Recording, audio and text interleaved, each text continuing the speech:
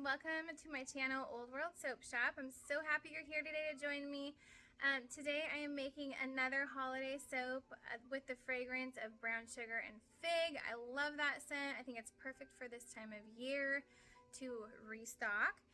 And it's just a great scent. I know it's a very well-known one in a very popular store, Bath and Body store.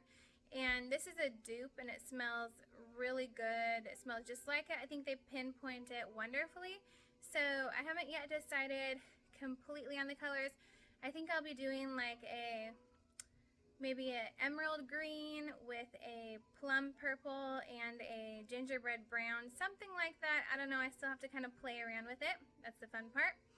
And then I also am going to be sharing a new recipe with you today, and it is for dry shampoo. So that's like a bonus in here today. So I'm excited to share that with you. I have a lot of different ingredients that I'll be sharing that are great grease absorbers even on their own. And so it's going to be your job to kind of play around with that and figure out what you like best.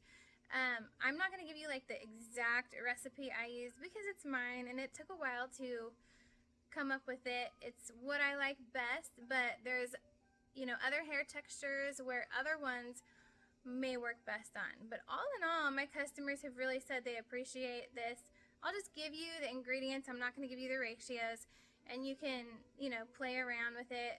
It doesn't matter. Like even if you use some of these on their own, it would be a great dry shampoo grease absorber. And if you like sprinkled essential oils or something like that in, it's really good. So I'm excited to get started, and I hope that you learn something from this and try it out for yourself. I have customers who rave about the dry shampoo. So it's a good one. It's a great bonus, and I'm so excited to share it with you today. Okay, so I have here all of my colors, and you will notice my gloves today. I have to wear these gloves because I ran out of my natural gloves, so this will work though, that's fine. But I mixed a purple color with a tad bit of brown in here just to darken the purple, make it more of a plum color. And then I have a bright, almost like pistachio green here. And I did the brown, and then I also, this is like a gingerbread brown. I'm trying to kind of go for the color that is inside of the fig, the flesh of it. I think it is more of like a light orangey pink, but that's okay. This will work. And now I'm going to take my oils and butters and mix it together with my fragrance oil and the clay right here and my lye solution. So here I am pouring in my lye water solution into my oils and butters. I'm just gonna start mixing.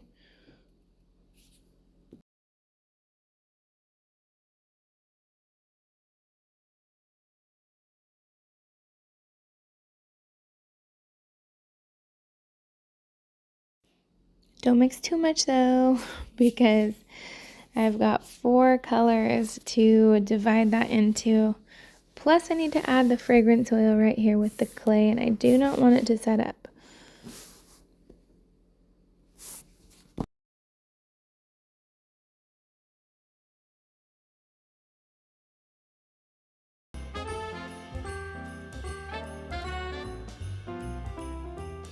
I'm mixing the fragrance oil in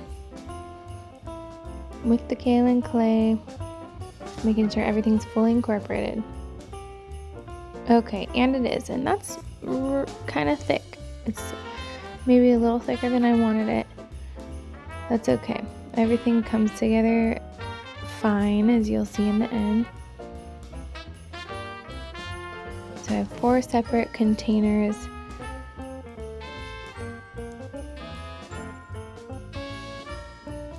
Four different colors.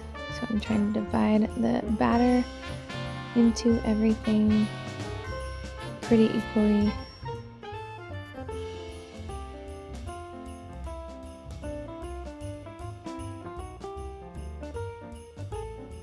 Sorry about that view. Now I'm mixing the purple, this plum color. This is the one where I added the purple in with the oils, and then a little bit of brown. This is the brown gingerbread. It's supposed to be like the brown sugar. And then the purple is the fig. This is supposed to be the flesh of the fig. It's pretty bright for fig flesh, I think, but that's okay.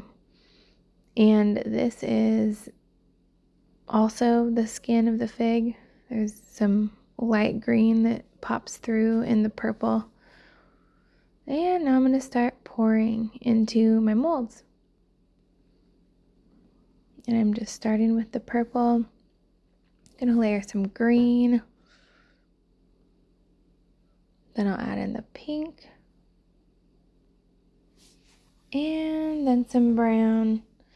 And then I'm going to do a hanger swirl.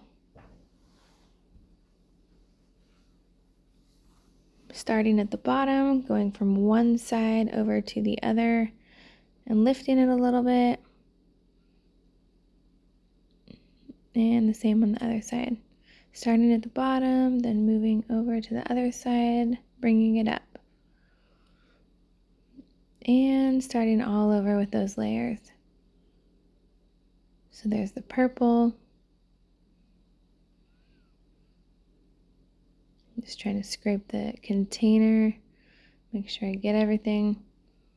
Don't want to waste anything. And we'll do some green.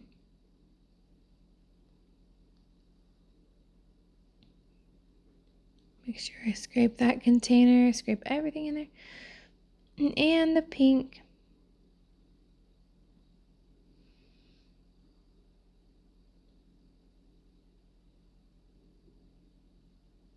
And I'm going to do another little hanger swirl after I get some of that brown on there. I want it to be really swirly.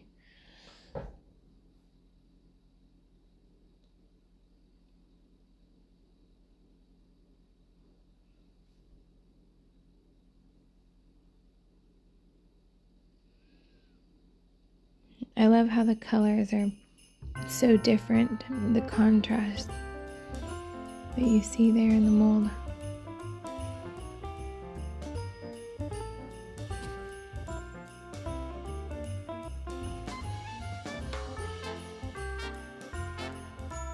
I'm just tapping it down, making sure there's no bubbles inside.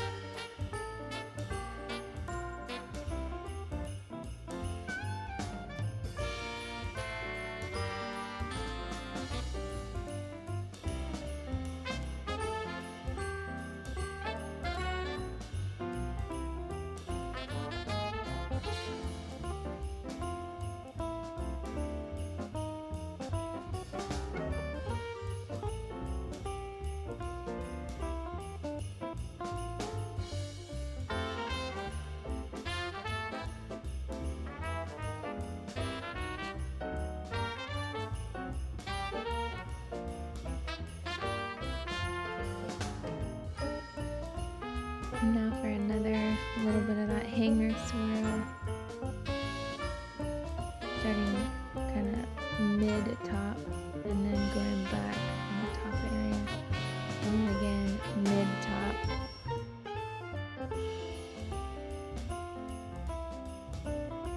And then the top area.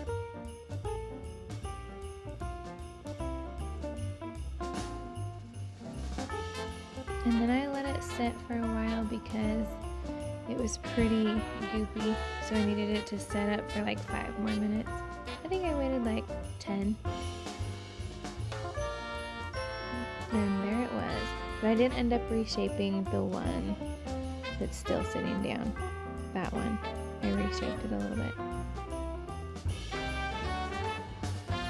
Very happy with the colors and how it looked.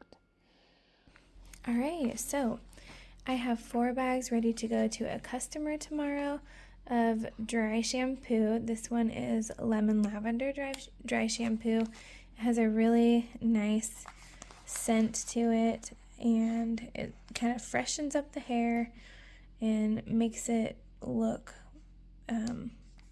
like you've showered. So if you want to extend the wash a couple days or just that extra day, it works really well. These are all 4-ounce bags, and they're refillable bags. I do give a 4-ounce glass container that looks like this here. And I have refillable bags though, so if anybody wants to order online, they can do that. And so I do either 4-ounce or 8-ounce bags. Right now I just have these 4-ounce bags left, and so I'm just sending a few of them because the customer ordered 2 8-ounce bags. So that's 16 ounces right here. And I have these awesome little sealable bags. I just scoop everything in here and I iron it shut with the iron, so it works out really well. And in my ingredients, I use arrowroot powder, cornstarch, cacao powder, bentonite clay, kaolin clay, baking soda, lemon and lavender essential oils.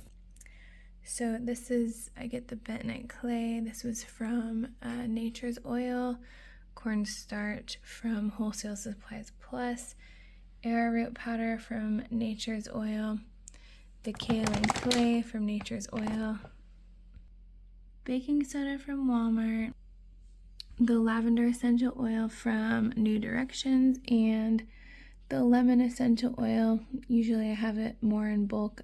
This was from Nature's Oil though, so I need to get some more of that. Now you can use this if you want.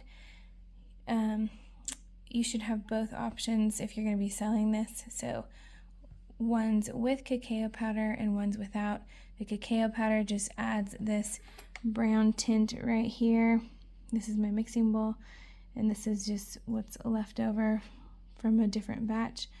So for brunettes, you have that, or for people with dark hair, it's just nice so they don't have to blend as much with that white, with the white clays.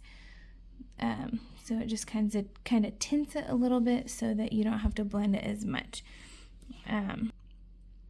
And so basically, some people could just get away with using cornstarch in their hair or clays to soak up grease, or even a little bit of baking soda, and that's just fine, just on its own. So you can mix and match and just play around with these ingredients and see what you like the best. And you could do equal ratios. You could do, it with cacao powder or not with it. You can try different essential oils. Just make sure you do figure out how much you need to use, and just have fun with it, and you can make a really good dry shampoo. I know this is really good. I love all these ingredients, and I feel like it just adds an extra oomph when I'm using them all instead of just one. I hope you enjoyed that and that it helped, and that you try to make it on your own instead of buying it at the store, because it really does save a lot of money. And here's a reminder that if you do not feel like making it, you can always buy it from me over at my website, www.oldworldsoapshop.com. Thanks, guys. Hope you enjoyed. See you next time.